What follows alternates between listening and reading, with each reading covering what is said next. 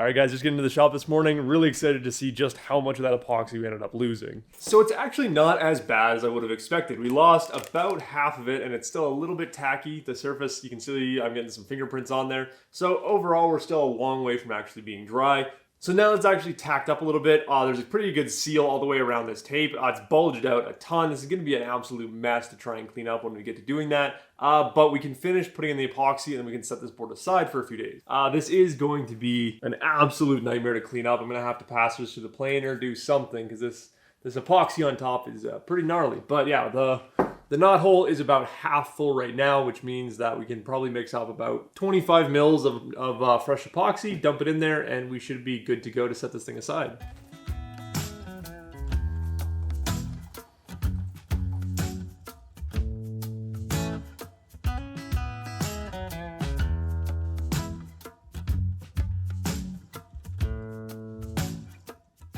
Like I said, I really hate epoxy. I hate dealing with it. I hate touching it. It's going to make, when I actually get around to doing the finish milling on these two pieces, it's going to make an absolute disaster of the shop. And it's really annoying because I can't put this stuff through the planer and use my dust collector to collect the dust. I have to use the shop vac so I can make sure that this epoxy ends up in the garbage, not in the compost. So all around, epoxy is just an absolute nightmare material to work with. And I hate it so much.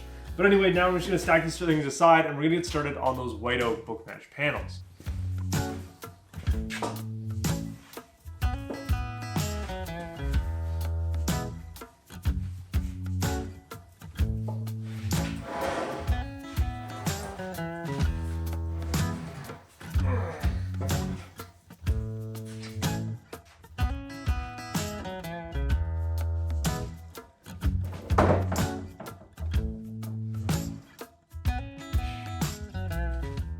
Okay, so these are some ridiculously large pieces of wood. If you've ever tried to move a 9-foot or 10-foot piece of 8-quarter white oak, you know exactly what I'm going through right now. Moving this stuff around the shop is not fun. So now luckily that I have it on the bench, we can start breaking it down and making it into smaller, more manageable pieces. So what we're going to be turning both of these boards into is 3 individual pieces that we're then going to split in half, book match them, glue them back together, and then that'll be our final panel that's going to go into the bed frame here. So you might be wondering why I'm going through all the effort of book matching this. Now, in my projects, generally speaking, if I can do something that's a little bit extra, a little bit cooler, you know, one of those like really subtle touches, I'm going to try and take it. So in the case of these panels, what I could have done is just bought, 3 pieces of 4-quarter stock, glued them together, stuck them in place as a panel. It would have been just fine.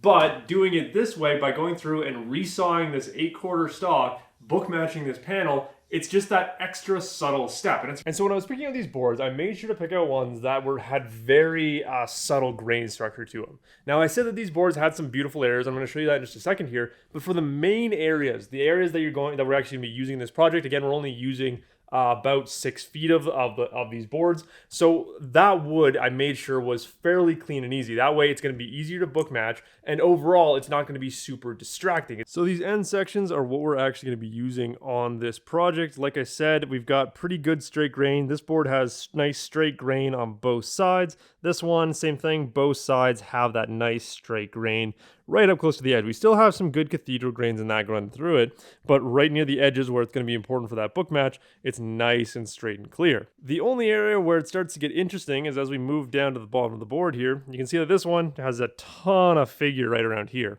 So we do have a little bit of a bar conclusion, but this area is not going to be getting used on this project. I have plans for this area specifically in a later one. Same thing, this one has a beautiful like starburst pattern to it. There is a pretty good check. This side, it's pretty small. It's only about 5 inches long here. The other side, it goes up basically through that whole starburst. But overall, we can patch that, fill it with epoxy, do whatever with it later. Again, this section is not going to be getting used in this project, but I've got some cool plans for it in the future.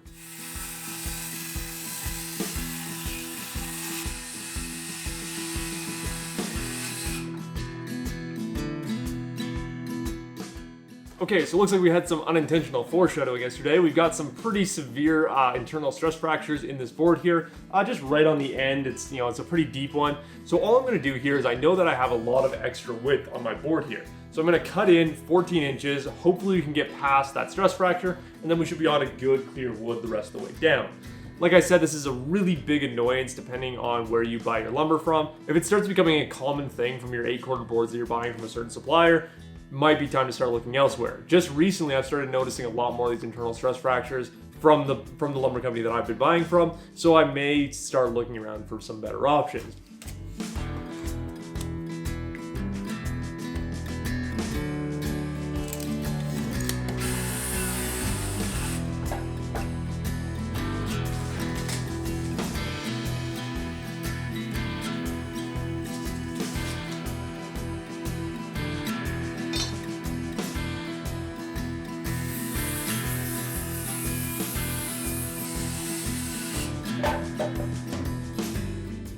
Okay, so this does not bode well for our whole book matching idea here, because there clearly is a lot of tension being released in these boards.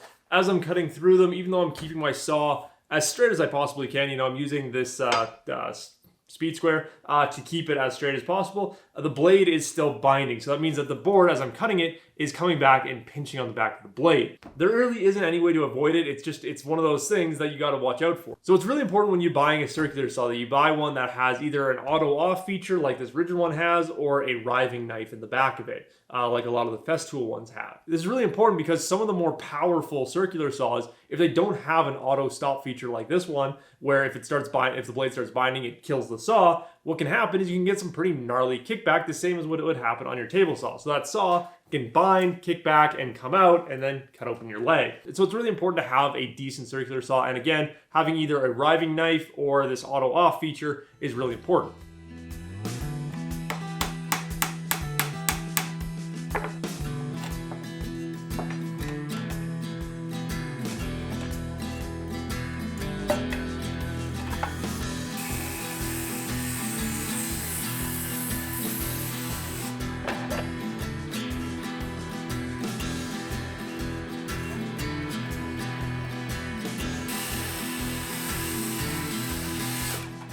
Okay, so here's an interesting one. I made the end cut on this board, and then as the piece dropped off, I saw that it cracked. So I was looking at the end of the board, I was trying to figure out how the heck did this thing crack. There's no visible cracks, anything in it. Now, what it seems like it has happened is there's actually a ray fleck that goes all the way along the length of the spot. So apparently those ray flecks create enough of a weakness in there that it can split. So that's just kind of an interesting thing. I never really would have thought about that. And so you can see how that ray fleck does go around basically the full width and the full length of that piece there.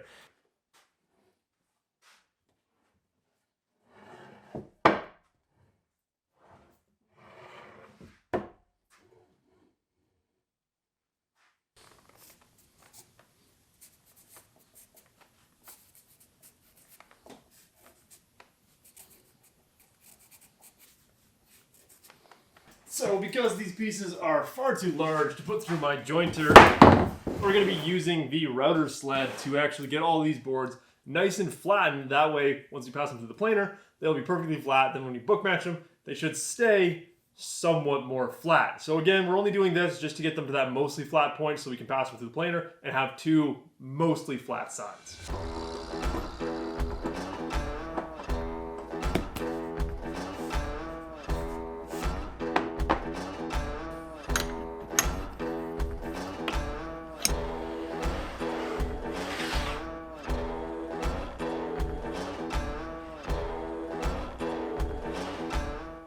So because the router makes an absolute mess, make sure you have some kind of respirator on, some kind of eye protection on, and I highly recommend wearing a hat because the reason I always wear a hat in the shop, I actually get asked this question quite often too, is it actually prevents a lot of the dust from coming down over my glasses and getting into my eyes. So not only do I just like wearing hats, but it actually has a technical use in the shop here. Really, it does prevent a lot of dust from kind of dropping down and getting in around behind your glasses. So it's a really nice way to work just wearing a hat in the shop. And so before you get going with the router, there's a few things you want to check for first. First off, you want to make sure your board is sitting nice and flat. It's not rocking around, and you want to make sure it's locked in place. If it's rocking around at all, just stick some shims under there to help level it out. Secondly, you want to make sure it's not going to fly out. But the way that you know it's going to be safe is if I can push on this and it's not moving around on me, then it's going to be just fine because we're only going to be taking very small passes. And then with your router settings, you never want to be taking off more than I would say a 32nd of an inch. So you're just making very small, very light passes. Oh yeah, one thing I forgot, actual hearing protection. With a router, they are very loud. They're one of the machines that you need to wear actual hearing protection. These are my 3M hearing protection. I don't know what the actual model number is, but yes, there is a big difference between these and the other headphones that I wear the rest of the time. These are actual hearing protection, which you need to be wearing when working with a router.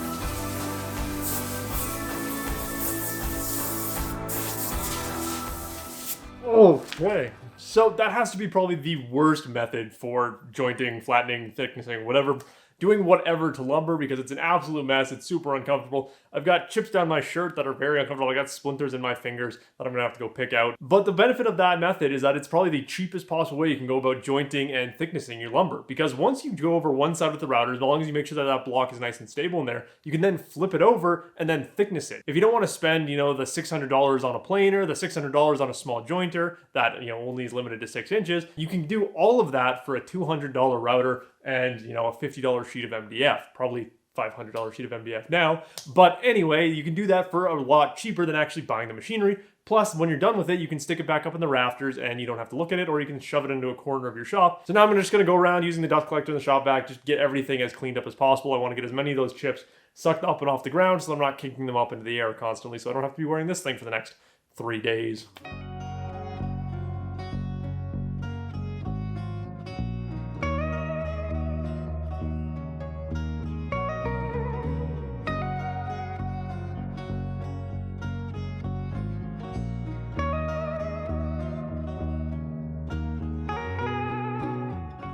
Okay, so now we're gonna get everything planed down to an equal thickness. That way when we actually go through and book match them, it'll be a hell of a lot easier.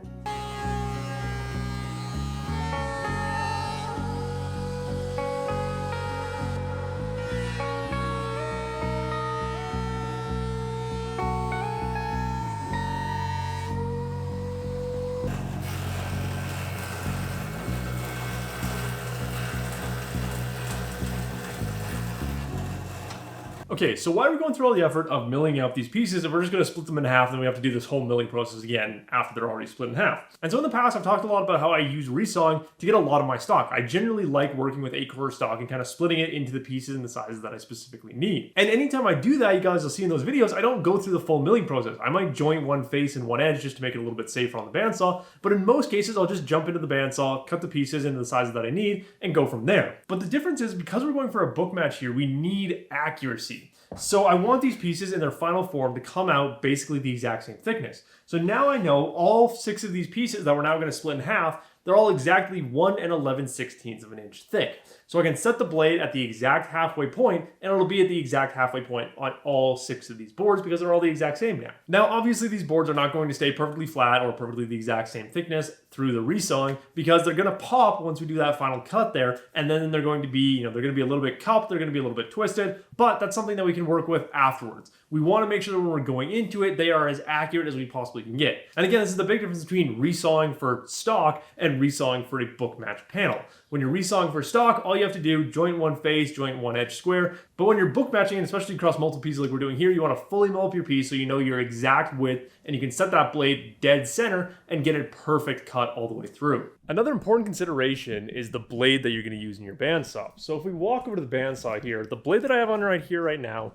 is not suitable for resawing, mainly because it's pretty old. It was a pretty bad blade when I put it in here, and the tooth pattern here is just completely wrong. And so you can see here that there is a lot of teeth here. And so every single one of these teeth increases friction and reduces the amount of dust that this blade can then carry out of the piece of wood. So what you want in a resaw blade is you want a lot less teeth and bigger gaps between them. So that way there is overall less friction and less heat created and larger sections of dust that are then getting it pulled away and gotten rid of by it through the vacuum there. And so it's really important that before you ever jump into any kind of resawing operation that you double check that the blade that you're using is going to work. Because this blade that I have on there right now, I have used it for some resawing operations before, but only very, very small stuff, pieces that are no more than 4 inches tall. So here, not only are we resawing white oak, we're also resawing pieces that are 10 to 11 inches wide.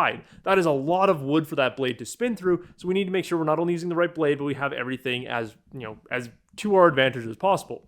So I'm going to swap over a brand new blade that I bought specifically for doing this. It is a resawing blade with carbide impregnated teeth, and I'll talk about it more once I've got it installed. Make sure you physically unplug your bandsaw before you ever try changing a blade on it.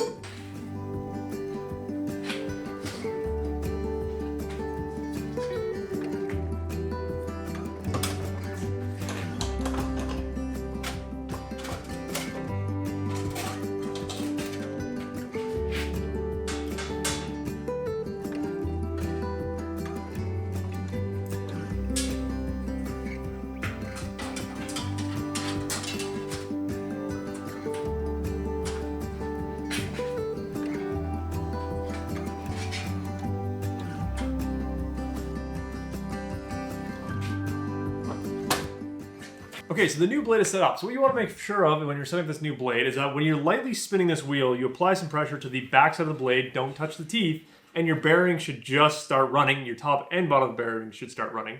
And so if we do that on both sides, you can see that just with some light pressure, the bearings engage. With no pressure, the bearings are not engaging. So that's exactly what you want. That means that when the blade is staying nice and true, your bearings are not going to be spinning. When your blade starts drifting one way or another, then your bearings are going to start spinning. The reason that this is so important, especially for resawing, is because as you're introducing that piece of wood, as you're pushing it through, you don't want those bearings to be engaged. They might be slightly engaged, spinning nice and lightly, but if they start spinning really, really fast, then you know that you're applying way too much pressure on your cut. So then all you have to do is maybe back off the cut for a second, then re-engage it nice and slowly at about half the speed you were doing before. And you should notice that those bearings stop spinning so fastly. They should go back to maybe just a slow spin as the blade kind of moves around, or they should be not spinning at all if you have everything tuned up kind of ideally. But those bearings are always going to spin just a little bit because that blade is always going to wander through there, especially because I have the shop vac hooked up underneath, so that does create some vibrations in the blade. So this blade that I installed has about 3 major differences from the one that was in here before. First off, the one that was in here before was a 5 TPI. This is a 3 TPI blade. So that means there's only 3 teeth per every inch versus the other one that was 5 teeth per every inch. So that just means that there's bigger gulls between these teeth that will pick up the dust and get it out of the piece of wood. Because that's a big thing that causes blades to die quickly when you're resawing, is that dust building up there creates a lot more heat and a lot more friction. So if you can get it out of there, that's always good. The next thing is that this is a 5/8 blade rather than a 1/2 inch blade. Now, ideally for resawing, you would go up to a 3/4 inch blade, but this bandsaw kind of fits a 3/4 inch blade. I haven't really had good success with 3/4 inch blades. Plus, the only ones that I can buy with the carbide teeth, which I'll talk about in just a second here, are only in the 5/8 size. So this is kind of my ideal resawing blade at this 5/8 width, and it works just fine. Now the trick is when you're resawing, you want as wide of a blade as you can possibly fit in your bandsaw. So the wider the blade is, the better it's going to track. So the less it's going to have a tendency to move back and forth. Those teeth are going to stay pointed nice and straight the whole time that it's running. So if you were to use a 1/4 inch blade in here for resawing, it would definitely jump around a little bit more, whereas this 5/8 one is kind of like flowing through it a little bit more steady. So it's still going to move around a little bit, but it's going to be much steadier than if you use a 1/4 inch one, which is going to have a tendency to vibrate a little bit more. So wider blades are definitely a lot better. Then, like I mentioned, this one has carbide impregnated teeth. Now, this is completely different than carbide teeth. The Laguna Resaw Kings, which are like the be-all and end-all of resawing blades for bandsaws, have actual carbide teeth on them, much like a table saw blade.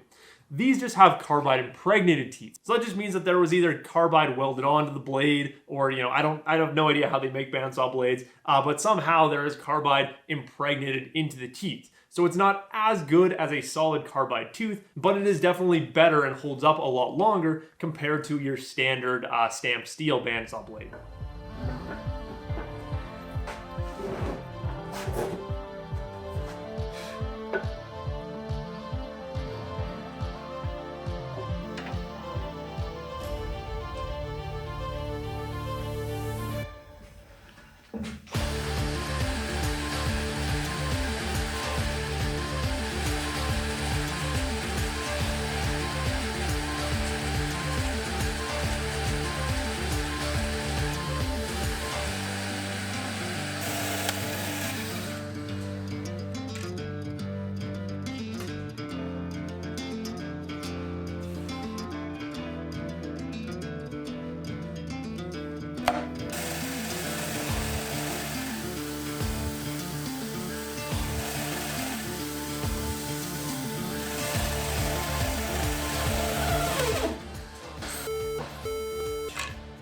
Okay, so I've now blown the breaker in the shop twice by jamming this up. So what happens is when you get to the end of the piece here, when you're pushing it through, the piece pops. So the piece over its length, it cups, and so then it pinches down on the blade here, jams up the blade, which then the machine stalls, pops the breaker, which is exactly what it's supposed to do. It's a great safety feature that this will pop the breaker.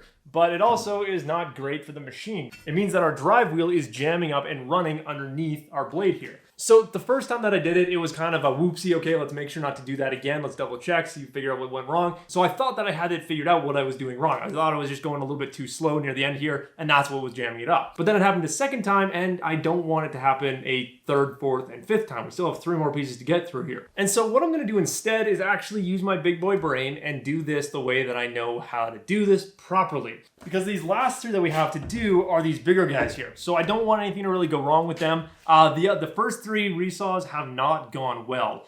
There was a lot of drift to them, and it's gonna be a challenge to get those to fit the way that I need them to fit, to be the size that I need them to be. And so what I'm going to do with these pieces is I'm just going to run them through the table saw. I'm just going to knock off this edge here so we have a nice clean surface. I'm going to run down both sides with my marking gauge so that I'm left with a nice center line, and I'm just going to guide this in by hand. That is the best way to do this. And I know it is because that's what I've always done in the past. It's been a little while since I've done book matching like this, and I know I'm having flashbacks now to the reason that I started doing it that way is because guiding it in by hand is not hard at all to do. It sounds very complicated, but the big benefit is here when you get to the end, when it pops, you just let it pop. And the reason that that's so much safer is because you're gonna have two of these push blocks, you're gonna be pushing it through, and at the end, when it pops, you just let it pop and you apply pressure at this end back here and pull it back through. Then you get it all the way through and you can take your pieces off. But you can allow that big pop at the end to happen, and so those pieces can go outwards. Whereas if you have the fence here, it gets jammed up, blades drops, whole breaker shuts down, whole shop goes crazy and into a big nightmare mode. So we're gonna do this the smart way, not the dumb way that I'm doing it right now.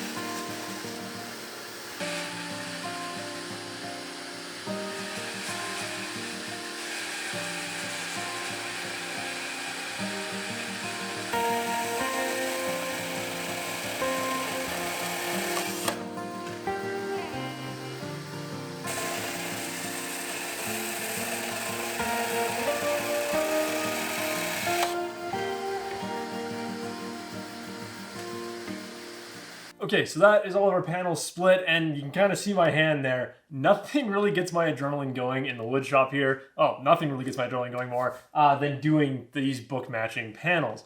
Because there is just so much that can go wrong. As you guys saw with these first three, we ended up popping breakers, jamming up the bandsaw, really bad things to let happen. So I was really stupid when I started trying to use the fence. So basically the rule of thumb, now that I've actually done this again and I'm remembering it, basically if your piece is taller than your fence, don't use the fence. Do it freehand or use the little guide bar that comes with some of the fences so that you don't actually have all the pressure on the fence there. Because any piece that's really taller than the fence, or I would say even taller than 5 inches, is gonna have a pretty good pop to it when you actually break through it at the back end there. So it's gonna pop and it's gonna jam up on the blade, which is a really bad. So what we need now is this face to be the new flat reference surface. It doesn't matter what is on the outside here, this new face needs to be the flat surface. So a lot of these boards are thicker at one end and taper down to the other. So if we started with the router, what we'd end up with is we'd take a whole bunch of material off this side, and this side we wouldn't take very much material off of. So then we would end up losing our book match. So now the important thing is we need to make this the new flat reference surface. So what we can do though with the router is we can put that new flat reference surface on the bottom. That way once we take off our material, everything is going to be referenced off of this face. So once we get this side nice and flat, we can flip it over, put this side through the planer, and that'll give us a nice flat reference surface. And I figured you guys might want to see some of these book matches. I mean, they just came out so beautifully. I love the grain in the wood. Like you can see here, we do have some massive thickness difference. So this is going to be a slightly more challenging process, but it's nothing that is impossible. Again, this is our one that had that massive amount of tension buildup, so we broke the fibers in the last ½ inch there. But again, beautiful looking pieces of wood, and pretty much all of them came out just awesome. And then the other panel, the wider one, is on the table saw here. So these are the ones that I did all freehand, and so you can see that there's definitely a little bit better on their thickness variations. Now the one thing I did notice on these is that versus the top versus the bottom of them, the blade is perfectly square to the table, so I made sure of that. But I think when I was moving the pieces through, I was kind of wobbling them around a little bit, which ended up creating some of this minor variation between the two sides here. But for the most part, again, we have as good of a surface as we're going to possibly get out of it. The only way you could really do better is by using a wider blade on a bigger, more powerful bandsaw, something that is a little bit more designed to do resawing.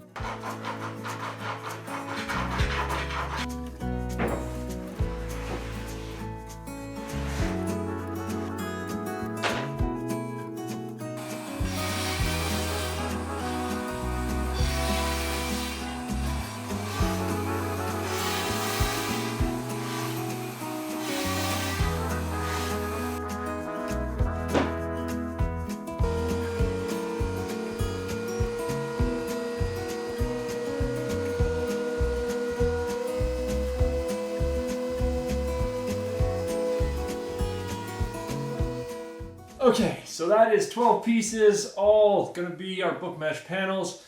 All we have left to do is joint one edge, maybe clean it up on the table saw. We'll see how things kind of progress from there. And so our board that was kind of the limiting factor was about just under 5/8 of an inch. So all of our boards right now, they've all been nicely touched on both sides by the planer, are, yeah, exactly that, just about a 64th under 5/8 of an inch. And so starting out, I wanted to get 3/4 of an inch out of all these boards. I wanted some nice hefty panels in there, but this size is gonna be just fine. Obviously having the initial boards quite undersized from upper 8/4 stock and screwing up on those first 3 resawing operations, that was a pretty big factor in this. So we're gonna put all these parts together, put them in order of the boards that they initially came in, and hope that we still have something good.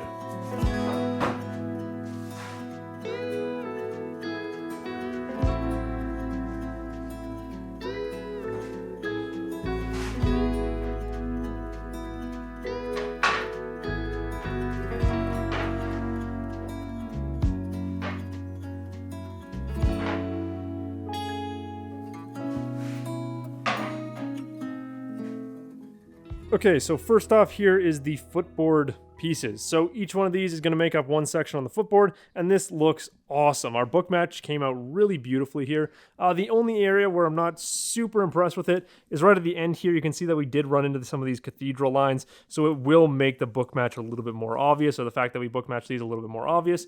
But again, I think that this is going to be the best orientation, because if we took these and flipped them around, we would end up with a pretty heavy sapwood line right in the middle. You can see that the outside of these boards have pretty heavy sapwood going along here, whereas in the middle there is only a light sapwood line. So I think that this is going to be our best orientation for the footboard. Then for the headboard over here, we've got another amazing just book matched setup. So you can see here how they are pretty much a perfect book match. Across all 12 of these pieces, we held a good, strong book match, so I'm really impressed with how well it worked out. So my goal right now is to just get these edge jointed and glued up in clamps. I want to make sure that these panels are done and ready to go, because I don't really want to touch these tomorrow. I don't want to leave them till tomorrow to glue up, because they're already starting to move. Some of them have already started to cup a little bit, even just coming off of the planer right now. So we have very limited time. I want to get these glued up. I want, while the edges are nice and square to each other, get them glued up, and then after that we can deal with flattening them.